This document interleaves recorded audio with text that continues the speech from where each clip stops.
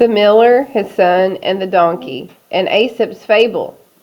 One day, a long time ago, an old miller and his son were on their way to market with a donkey which they hoped to sell.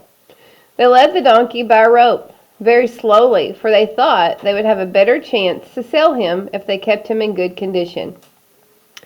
As they walked along the highway, some travelers laughed loudly at them. "What foolishness!" cried one. "To walk when they have the means to ride. Perhaps the donkey has more brains in his head than they do."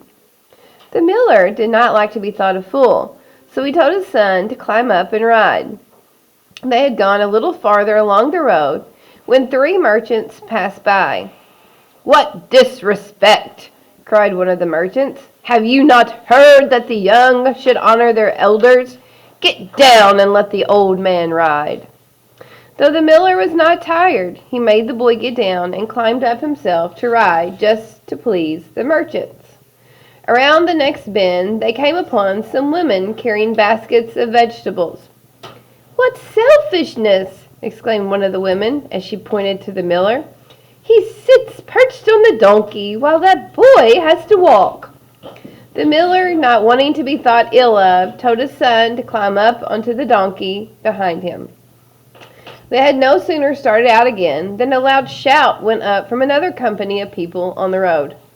"What a crime!" cried one, "to load up that poor animal like that. They look more able to carry the poor creature than he to carry them." "Certainly, they are on their way to the nearby market to sell the poor thing," said another. "They don't care about the animal, just the money they'll be paid for him."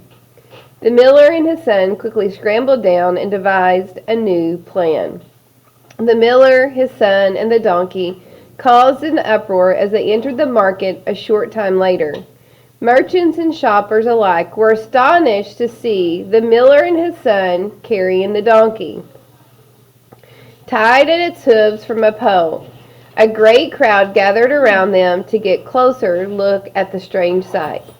The donkey did not dislike being carried, but so many people came up to point at him and laugh and shout that he began to kick and bray.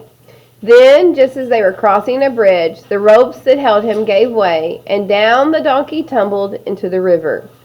The poor miller now set out sadly for home.